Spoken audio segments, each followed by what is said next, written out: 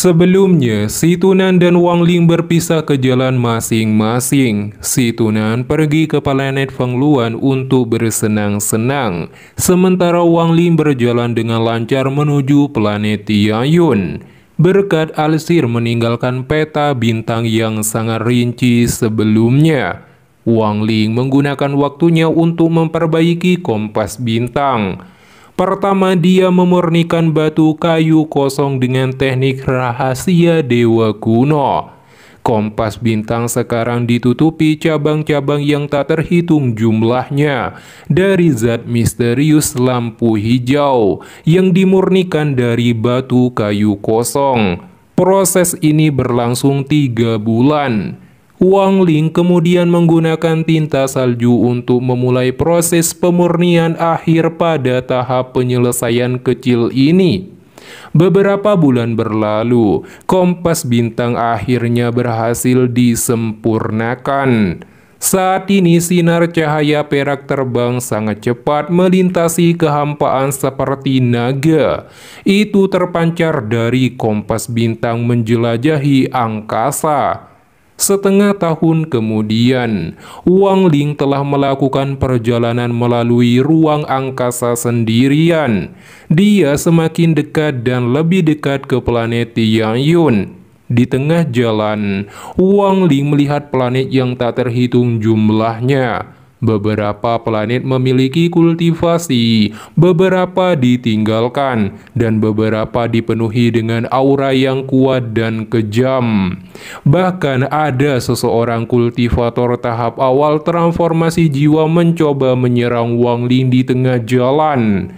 Tetapi hasil akhirnya dia terluka parah oleh Wang Ling dan melarikan diri.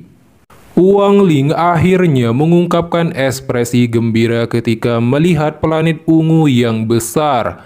Itulah planet ke-7 Tianyun dan tempat Alsir berada. Planet Zuzaku tidak bisa dibandingkan dengan planet Tianyun. Alsir mengatakan bahwa planet Zuzaku adalah planet yang terbuang. Sebelum pergi ke sana, Wang Ling mendarat di planet kecil. Avatar dan tubuh aslinya berpisah, yang segera menyelam ke dalam bumi dan mulai berkultivasi. Baru setelah itu, Wang Ling bergegas menuju planet Tianyun. Tetapi hanya bisa berhenti di depan gas hijau tipis yang mengelilingi seluruh planet. Wang Ling merasakan bahaya karena gas hijau mengandung kekuatan penghancur dan itu merupakan formasi yang begitu kuat. Kemudian seorang pemuda mengenakan pakaian hitam keluar. Dia dengan sombong bertanya, "Apakah kamu memiliki pesan diplomatik?"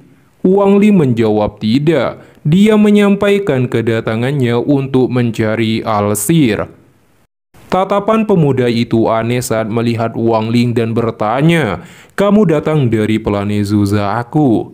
Wang Ling terkejut dan menganggukkan kepalanya. Pria muda itu tersenyum aneh. Dia melambaikan tangannya, dan gas hijau di sekitarnya mulai berputar dan menyerbu ke arah Wang Ling, lalu berubah menjadi pedang terbang hijau. Wang Ling melangkah ke ganggang pedang dan berterima kasih pada pemuda itu. Pemuda itu mempersilahkan Wang Ling masuk ke dalam. Senior Alsir telah lama menunggunya. Gas hijau membentuk terowongan yang dalam menuju planet ini. Pedang terbang segera membawa Wang Ling melesat terbang memasukinya. Di bawah perlindungan pedang hijau, tekanan atmosfer yang menimpa Wang Ling dinetralkan. Dari udara, Wang Ling melihat bahwa sebagian besar permukaan planet ditutupi oleh tanaman ungu. Pedang terbang hijau akhirnya membawa Wang Ling ke sekte nasib surgawi.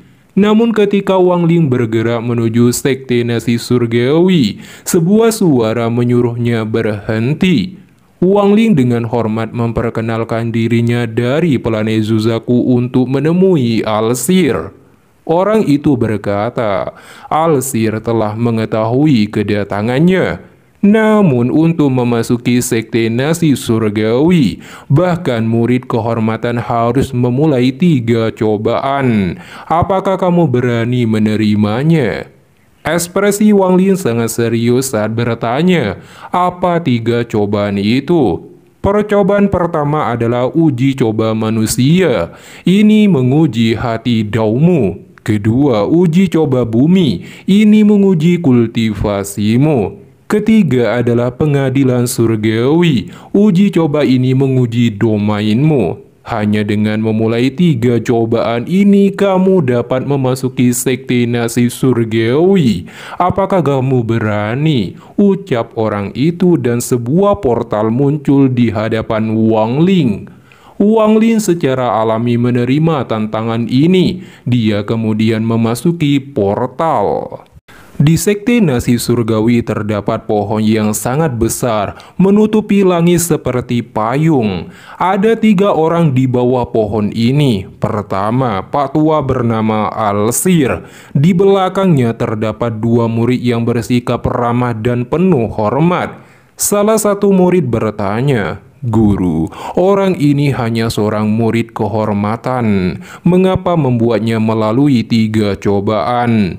Al-Sir menjawab telah menerima Wang Ling sebagai murid karena kemauannya.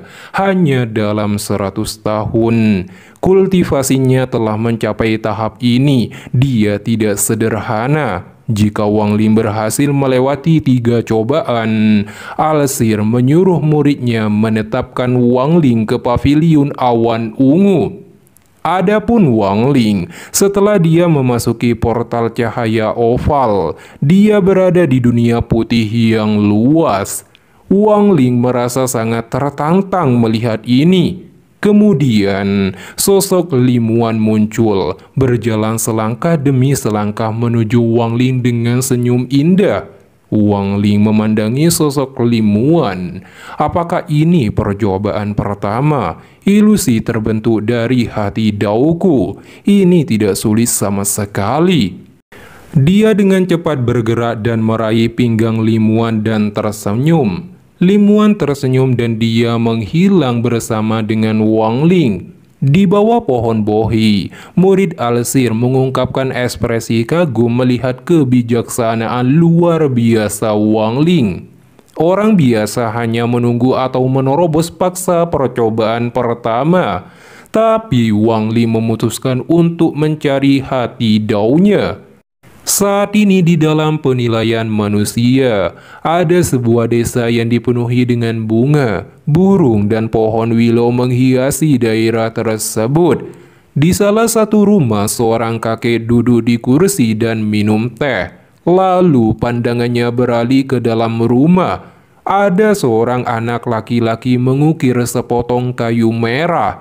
Bocah itu adalah Wang Ling. 84 hari terus belajar dan mencari hati daunya melalui ukiran yang terus berulang salah. Seiring berjalannya waktu, di bawah pengawasan Al-Sir dan 2 muridnya, Wang Ling masih terus mengukir ukiran kayu wanita cantik dan memahami makna sebenarnya di balik cobaan manusia. 10 hari kemudian, bocah itu berjalan keluar ke dalam halaman rumah. Pada langkah pertama, Wang Ling masih bocah. Pada langkah kedua menjadi remaja. Dan pada langkah ketiga dia berubah menjadi seorang pemuda. Di tangannya terdapat ukiran kayu yang telah selesai dan terlihat sangat cantik. Wang Ling kemudian menghilang dari kehampaan dan berhasil melewati cobaan manusia.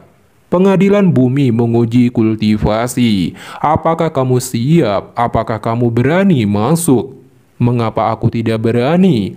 Wang Ling tersenyum dan memasuki penilaian kedua. Lokasi uji coba bumi adalah dunia merah. Pilar api menembak keluar dari tanah ke langit. Wang Ling bingung bagaimana tempat ini akan menguji kultivasinya. Tepat pada saat ini, pilar api melesat ke udara dan berubah menjadi sosok merah berapi-api di langit. Dia dengan sombong dan dingin berkata pada Wang Ling, "Aku penjaga percobaan bumi, kalahkan aku dan kamu dapat melanjutkannya." Wang Ling membentuk segel, dan sebuah kekuatan besar berkumpul di depannya dengan cepat sebelum ditembakkan ke arah manusia api. Manusia api mencoba memblokirnya, tetapi dia langsung terhempaskan dan kemudian berlutut di hadapan Wang Ling. Wang Ling merenung. Dia dapat merasakan bahwa seseorang sedang memata-matainya dari luar untuk mengidentifikasi sejauh mana tingkat kultivasinya. Wang Ling tidak bisa membiarkan hal ini berlanjut dan menyatakan memilih untuk menyerah pada ujian ini. Dengan ini, tubuh Wang Ling menghilang dari dalam persidangan.